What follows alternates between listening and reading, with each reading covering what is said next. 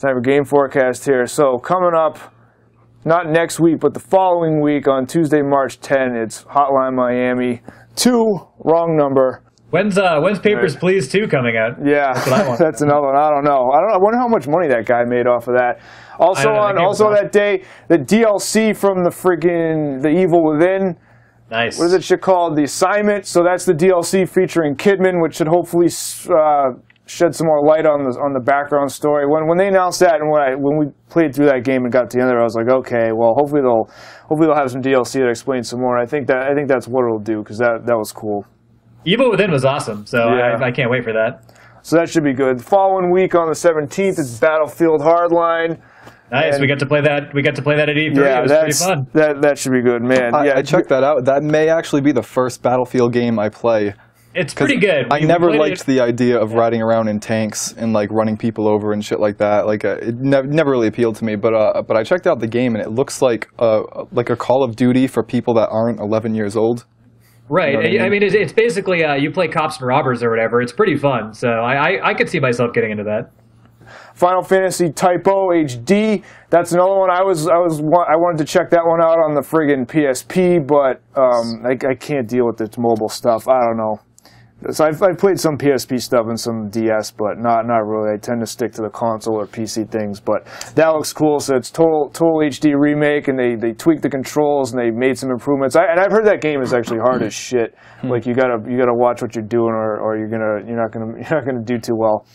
The following week, we got more on this later, and then the week after, Mario Party 10 from Nintendo.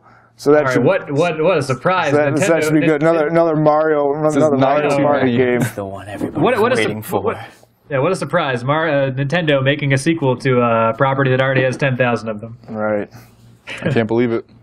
Okay. I can't believe it's happening. So that should be good. We're looking forward to those. Let's move on here to freaking Nintendo Corner. Amiibo price drop. Right, yes. So some of these, like, if you're able to find them, right? Or didn't we discuss this before? These are the more common ones.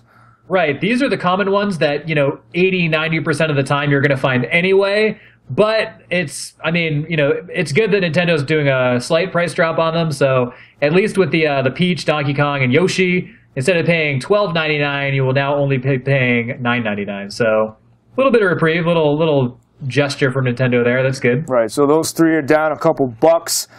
This next thing in Nintendo Corner for this week, check this out. This friggin' guy, you may have seen this.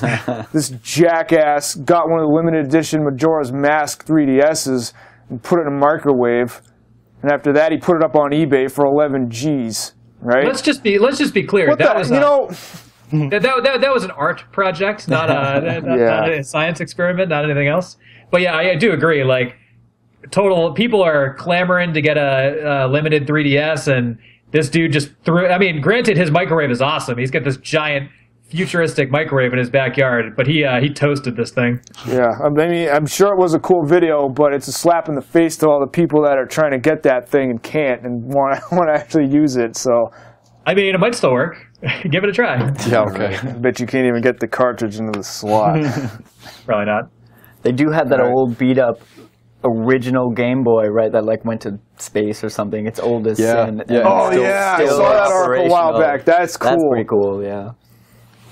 There was also one that got like in some sort of a bombing or something. Or maybe that was what I was thinking. Oh yeah, it was some soldier from Desert Storm. That's what it was. Yeah, I remember that. The only thing they did was replace the screen because the screen got melted and you couldn't see anything. So they just put a new screen on it and the thing still worked perfectly. Oh, yeah. So wait, did this dude get blown up? Yeah, I thought I was gonna say, wasn't it something like it had been at a bomb site or something, or it had been involved in some kind of explosion? And for some reason, this Game Boy was in close proximity to a bomb. It would be I don't really remember exactly how. But the Game Boy did. Yeah, I know exactly. The guy writing the article was like, yeah, it's like they built it and the thing was tough as shit. Like I remember, I mean, I'm pretty sure I still have mine. I'm pretty sure mine still works after all this time. They don't make them like they used to, man. Yeah. So we sort of touched on this last week. This whole bit with the friggin' the longshoremen on the West Coast are on strike. You know, there's actually a dude on Gaff who said he is one of those guys, and like it's not the case. It's like the